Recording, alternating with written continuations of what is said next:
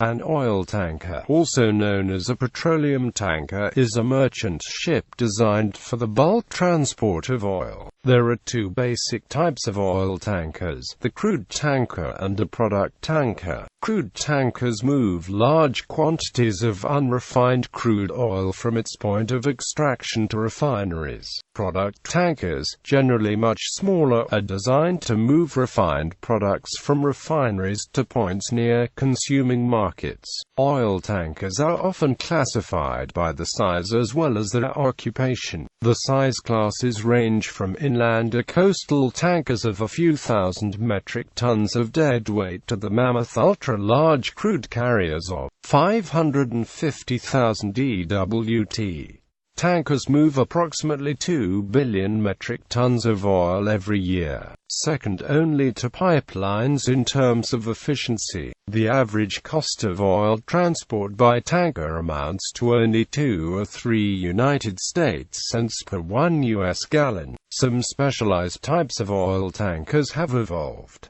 One of these is the naval replenishment oiler, a tanker which can fuel a moving vessel. Combination or bulk oil carriers and permanently moored floating storage units are two other variations on the standard oil tanker design. Oil tankers have been involved in a number of damaging and high-profile oil spills. As a result, they are subject to stringent design and operational regulations. History. The technology of oil transportation has evolved alongside the oil industry. Although anthropogenic use of oil reaches to prehistory, the first modern commercial exploitation dates back to James Young's manufacture of paraffin in 1850. In the early 1850s, oil began to be exported from Upper Burma, then a British colony. The oil was moved in earthenware vessels to the riverbank, where it was then poured into boat holds for transportation to Britain. In the 1860s, Pennsylvania oil fields became a major supplier of oil, and a center of innovation after Edwin Drake had struck oil near Titusville, Pennsylvania. Break-bulk boats and barges were originally used to transport Pennsylvania oil in 40 US gallon wooden barrels, but transport by barrel had several problems.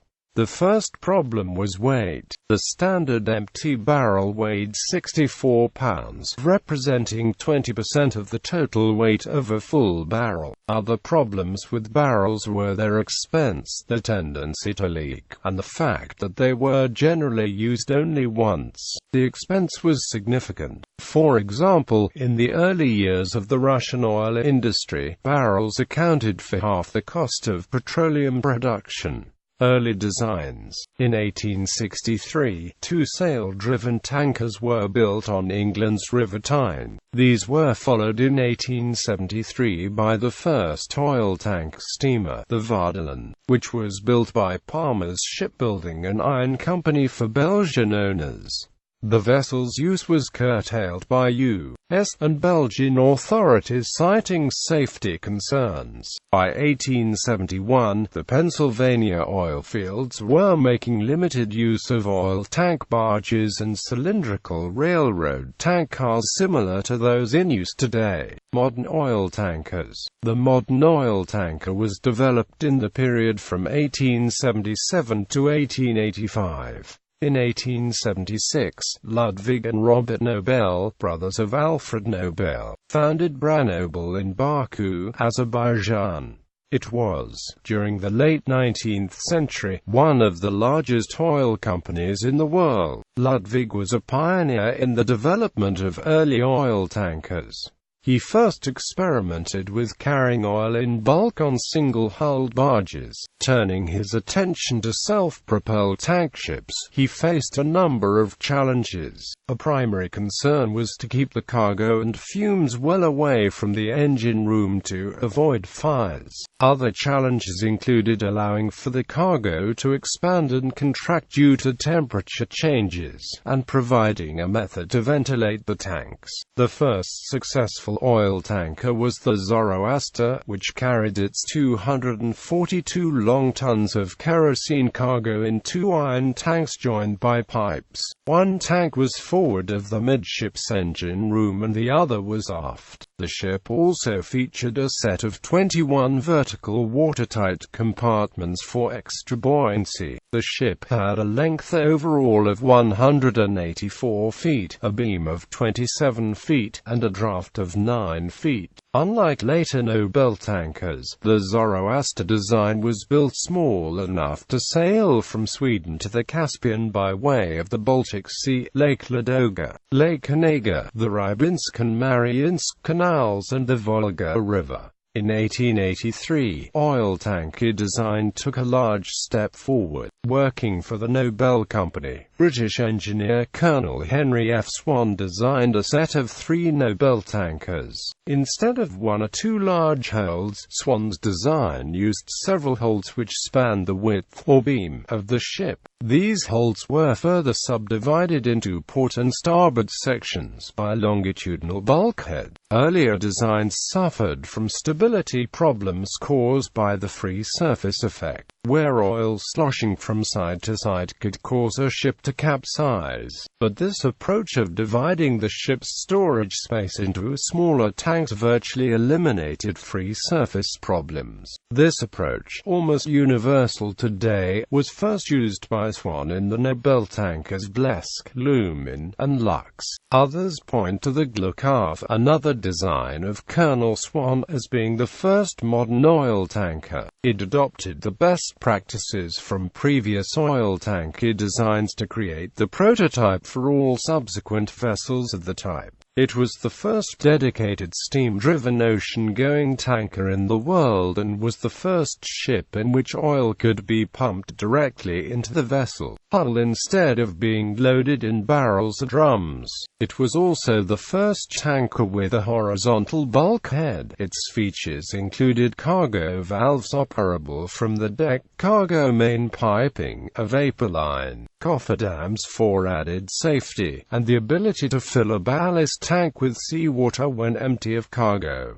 The ship was built in Britain, and was purchased by Wilhelm Anton Riedemann, an agent for the Standard Oil Company, along with several of her sister ships. After the Glukov was lost in 1893 after being grounded in fog, Standard Oil purchased the sister ships. Asian trade. The 1880s also saw the beginnings of the Asian oil trade. The idea that led to moving Russian oil to the Far East via the Suez Canal was the brainchild of 2 men, importer Marcus Samuel and shipowner, broker Fred Lane. Prior bids to move oil through the canal had been rejected by the Suez Canal Company as being too risky. Samuel approached the problem a different way, asking the company for the specifications of a tanker it would allow through the canal. Armed with the canal company's specifications, Samuel ordered 3 tankers from William Gray and Amp Company in northern England, named the Murex, the Conch and the Clam. Each had a capacity of 5,010 long tons of deadweight. These 3 ships were the first tankers of the tank syndicate, forerunner of today's Royal Dutch Shell Company, with facilities prepared in Jakarta, Singapore, Bangkok, Saigon, Hong Kong, Shanghai, and Kobe. The fledgling Shell Company was ready to become Standard Oil's first challenger in the Asian market. On August 24, 1892, the Murex became the first tank to pass through the Suez Canal. By the time Shell merged with Royal Dutch Petroleum in 1907, the company had 34 steam-driven oil tankers, compared to Standard Oil's 4 case oil steamers and 16 sailing tankers.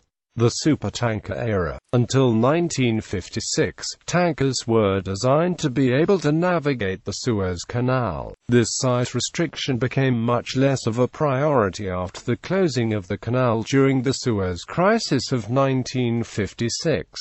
Forced to move oil around the Cape of Good Hope. Ship owners realized that bigger tankers were the key to more efficient transport. While a typical T2 tanker of the World War II era was 532 feet long and had a capacity of 16,500 dwt, the ultra-large crude carriers built in the 1970s were over 1,300 feet long and had a capacity of 500,000 dwt. Several factors encouraged this growth. Hostilities in the Middle East, which interrupted traffic through the Suez Canal, contributed, as did nationalization of Middle East oil refineries. Fierce competition among ship owners also played a part.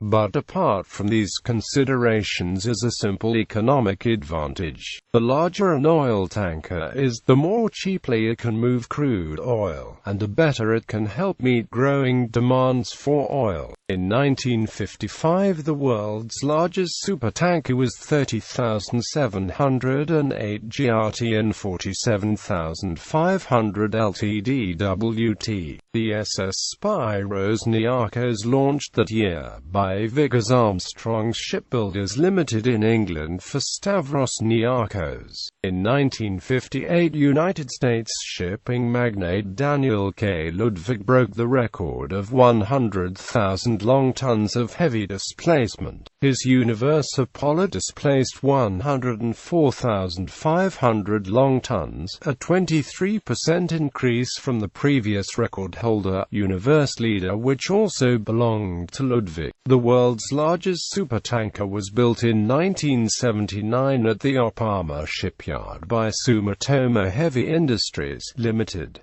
as the Sea-Wise Giant. This ship was built with a capacity of 564,763 dwt, a length overall of 458.45 meters and a draft of 24.611 meters. She had 46 tanks, 31,541 square meters of deck, and at her full load draft, could not navigate the English Channel. Sea-Wise Giant was renamed Happy Giant in 1989, Jure Viking in 1991, and Nok Nevis in 2004. In 2009 she was sold for the last time, renamed Mont, and scrapped. As of 2011, the world's two largest working supertankers are the T-class supertankers T Europe and T Oceania. These ships were built in 2002 and 2003 as the Hellespont Alhambra and Hellespont Tara for the Greek Hellespont Steamship Corporation. Hellespont sold these ships to Overseas Shipholding Group and Euronav in 2004. Each of the sister ships has a capacity of over 441,500 dwt, a length overall of 380.0 meters and a cargo capacity of 3,166,353 barrels.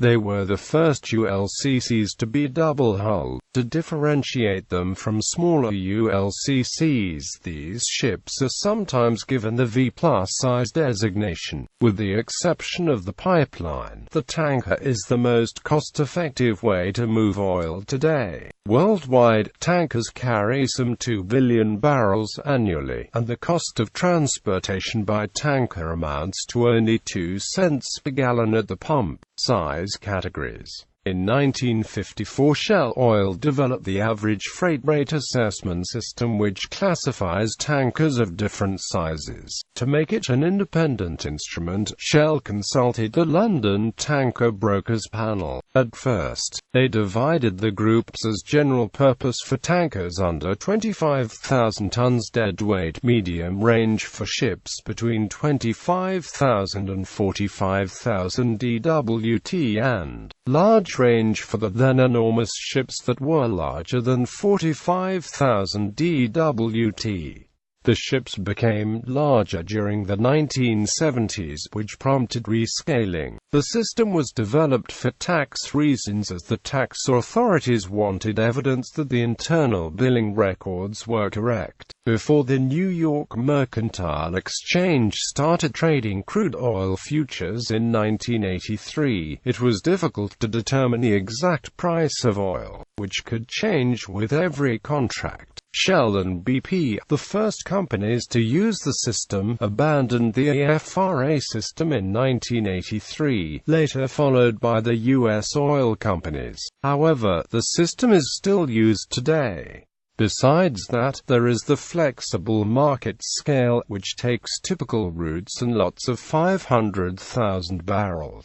Merchant oil tankers carry a wide range of hydrocarbon liquids ranging from crude oil to refined petroleum products. The size is measured in deadweight metric tons. Crude carriers are among the largest, ranging from 55,000 DWT Panamax-sized vessels to ultra-large crude carriers of over 440,000 DWT. Smaller tankers, ranging from well under 10,000 DWT to 80,000 DWT Panamax vessels, generally carry refined petroleum products, and are known as product tankers.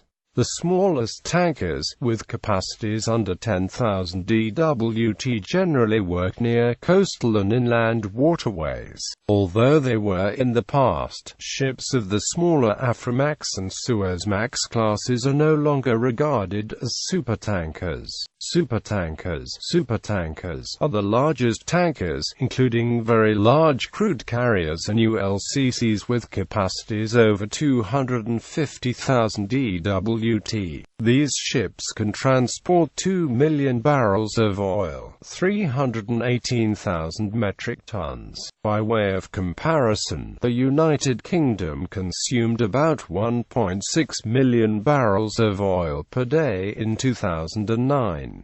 ULCCs, commissioned in the 1970s, were the largest vessels ever built, but the longest ones have already been scrapped. By 2013, only a few ULCCs remain in service, none of which are more than 400 meters long. Because of the great size, supertankers often cannot enter port fully loaded. These ships can take on their cargo at offshore platforms and single-point moorings. On the other end of the journey, they often pump the cargo off to smaller tankers at designated lightering points off coast. A supertanker's routes are generally long, requiring it to stay at sea for extended periods, up to and beyond 70 days at a time. Chartering. The act of hiring a ship to carry cargo is called chartering. Tankers are hired by 4 types of charter agreements: the voyage charter, the time charter, the bareboat charter, and contract of affreightment. In a voyage charter, the charterer rents the vessel from the loading port to the discharge port. In a time charter, the vessel is hired for a set period of time, to perform voyages as the charterer directs. In a bareboat charter, the charterer acts as the ship's operator and manager, taking on responsibilities such as providing the crew and maintaining the vessel. Finally, in a contract of affreightment, a COA, the charterer specifies a total volume of cargo to be carried in a specific time period and in specific sizes. For example, a COA could be specified as 1 million barrel of JP5 in a year's time in 25,000 barrel shipments. A completed chartering contract is known as a charter party. One of the key aspects of any charter party is the freight rate, or the price specified for carriage of cargo. The freight rate of a tanker charter party is specified in one of 4 ways: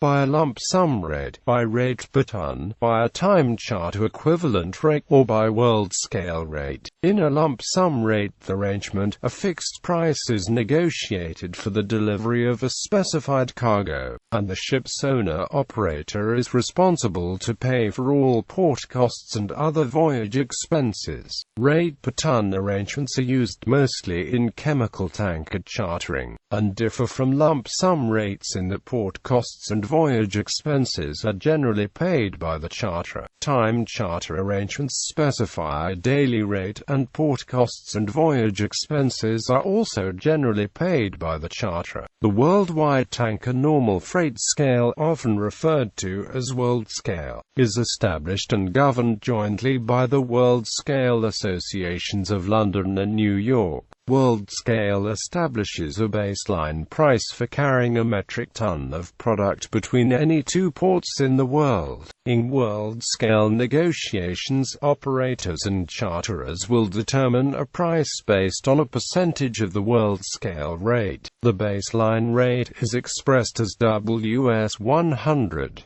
If a given charter party settled on 85% of the World Scale rate, it would be expressed as WS85. Similarly, a charter party set at 125% of the World Scale rate would be expressed as WS125. Recent markets. As of 2007, the chartering market is persistently volatile across all tanker sectors. The market is affected by a wide variety of variables such as the supply and demand of oil as well as the supply and demand of oil tankers. Some particular variables include winter temperatures, excess tanker tonnage, supply fluctuations in the Persian Gulf, and interruptions in refinery services. In 2006, the sustained rise in oil prices had only a limited impact on demand. It was a good year across all segments of the tanker market segments, but not as good as 2004 and 2005. Amidst high oil prices, geopolitical tension, and fears of disruptions to the oil supply, growing demand was the main driving force in the tanker shipping market for the year. As demand grew moderately in the United States and Western Europe, expanding economies such as China fueled exponential growth in demand. Despite these strengths, each of the 5 tanker freight indices dropped during 2006. Product tanker demand increased in 2006 due to economic expansion in Asia, especially China and India. However, average time charter equivalent earnings for these ships decreased compared with the 2 prior years. In 2006, time charters tended towards long-term. Of the time charters executed in that year, 58% were for a period of 24 or more months, 14% were for periods of 12 to 24 months, 4% were from 6 to 12 months, and 24% were for periods of less than 6 months. The average one-year time charter rate for a 5-year-old tanker of 280,000 metric tons of deadweight varied from $56,500 per day in December 2005 to $53,000 per day in September 2007, with a high of $64,500 per day in September 2006. The first half of 2007 was relatively strong, but in the second half rates dropped significantly. A sudden rise in oil production, longer transport routes, and slow steaming because of high bunker prices led to a shortage in tonnage towards the end of the year. Overnight, VLCC rates climbed from $20,000 per day to $200, $300,000 per day, and even higher numbers were recorded. From 2003, the demand for new ships started to grow, resulting in 2007 in a record-breaking order backlog for shipyards, exceeding the capacity with rising new building prices as a result. This resulted in a glut of ships when demand dropped due to a weakened global economy and dramatically reduced demand in the United States. The charter rate for very large crude carriers, which carry 2 million barrels of oil, had peaked at $309,601 per day in 2007, and has dropped as of 2012, to $7,085 per day, far below the operating costs of these ships. As a result, several tanker operators laid up the ships. Owners of large oil tanker fleets include TK Corporation, AP Moller Maersk, DS Storm, Frontline, MOL Tank Ship Management, Overseas Shipholding Group, and Euronav. Fleet characteristics. In 2005, oil tankers made up 36.9% of the world's fleet in terms of deadweight tonnage. The world's total oil tankers deadweight tonnage has increased from 326.1 million DWT in 1970 to 960.0 million DWT in 2005. The combined deadweight tonnage of oil tankers and bulk carriers represents 72.9% of the world's fleet.